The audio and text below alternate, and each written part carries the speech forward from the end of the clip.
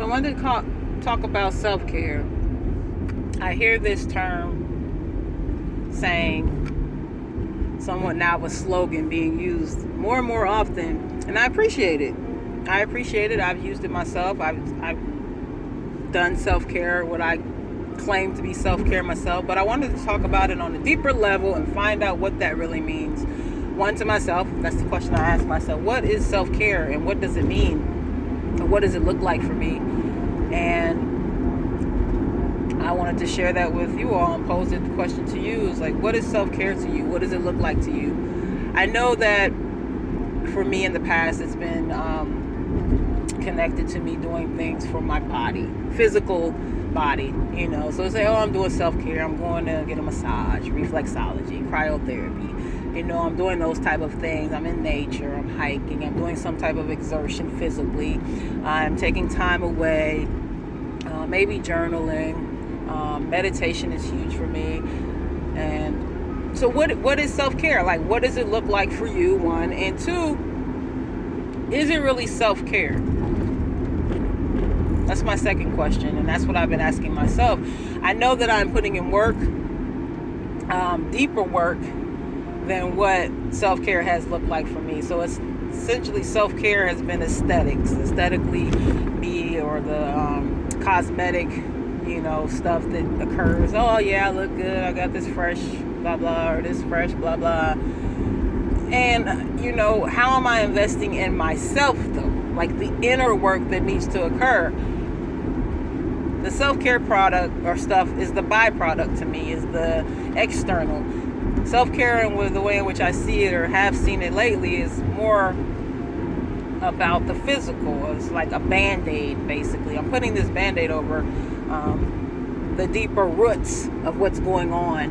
And we all have deeper roots. And we need to tap into that and really start investing in ourselves in a way in which it is not the norm. It's not a trend.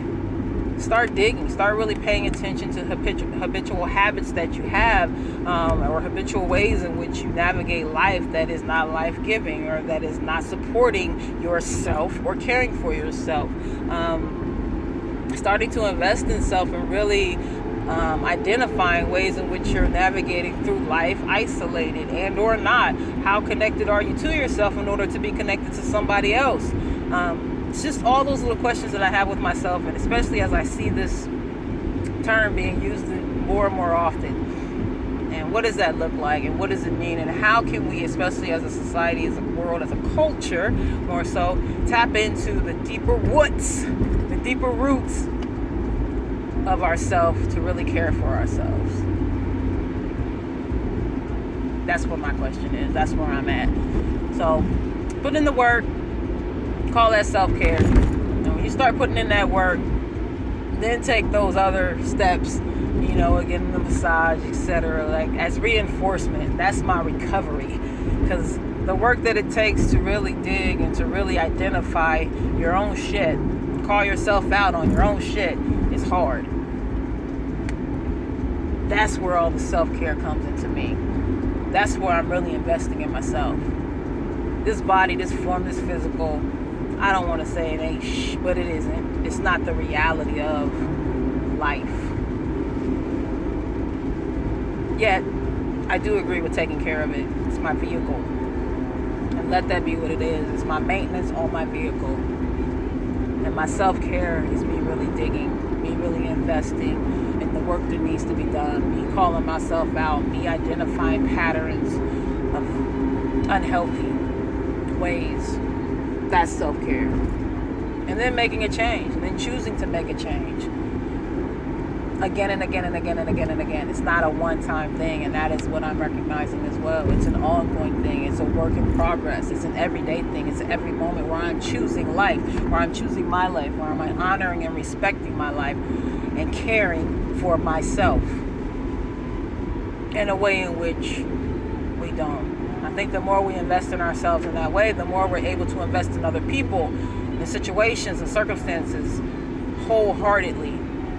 Because then we are accepting ourselves in a way in which we never accept ourselves. We can't accept what we don't know, so you have to start by acknowledging your own shit.